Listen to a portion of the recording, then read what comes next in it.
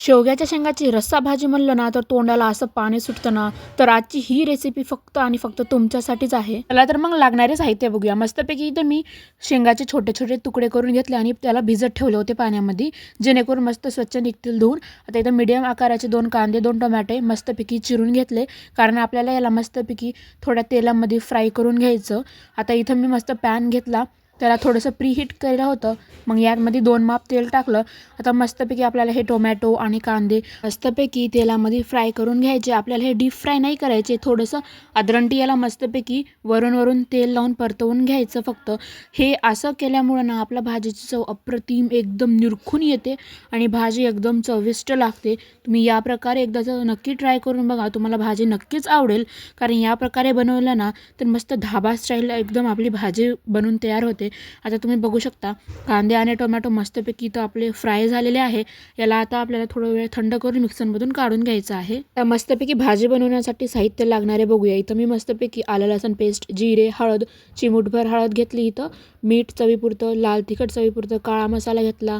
इथं मस्तपैकी खोबऱ्याचं कूट, धने पावडर घेतलं, कोथिंबीर घेतली, शेंगदाण्याचं कूट घेतलं आणि इथं अजून स्वाद याचा वाढवावा म्हणून इथं मी एक मटन मसाला पण यूज केला आणि इथं मस्तपैकी कांद्याचं टोमॅटोचं पेस्ट काढून घेतलं मी. तर पातेल्यामध्ये इथं 2 माप तेल टाकलं आणि तेलाचं प्रमाण इथं आवर्जूनच वापरायचं, म्हणजे कमी वापरायचं, कारण खोबऱ्याचं कूट आहे यामध्ये, त्यामुळे तेल जास्त दिसेल. यामध्ये आपल्याला जिरे टाकायचं, आलं लसूण पेस्ट टाकून घ्यायचं आणि मस्तपैकी याला करपूस होजेपर्यंत परतवून घ्यायचं.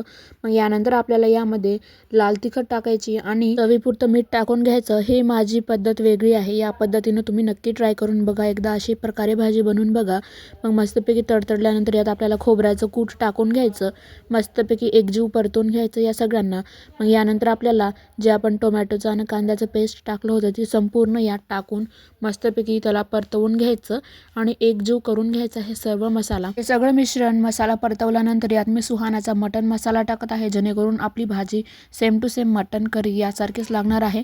आता इथं आपला मसाला तयार झालेला आहे. यानंतर आपल्याला मस्तपैकी यात काळा मसाला टाकायचा, शेंगदाण्याचं कूट टाकायचं आणि लगेच मग त्यावर धने पावडर पण टाकून घ्यायचं आणि सगळं मिश्रण ना एकदाच पूर्णपणे एकजीव मिक्स करून घ्यायचं, जेणेकरून याची चव एकसारखी लागणार.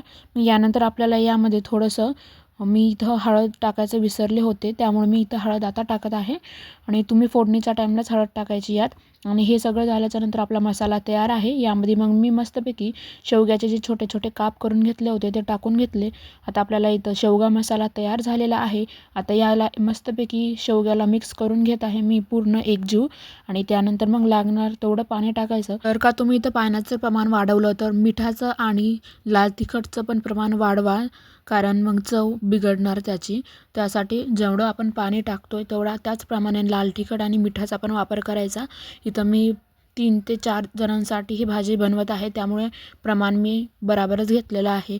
मग यानंतर कोथिंबीर टाकून मस्त भाजीला एक उकळी येऊ द्यायची आणि उकळी आल्याच्या नंतर पण एकदाच त्यावर कोथिंबीर टाकून घ्यायची आणि भाजीला मस्तपैकी शिजायला ठेवायचं, कारण शेवग्याच्या शेंगा शिजण्यासाठी खूप टाईम लागतो. कमी गॅसवर जास्त वेळ शिजवायला ठेवायचं. आता इथं आपला झणझणीत शेवग्याचा रस्सा तयार झालेला आहे.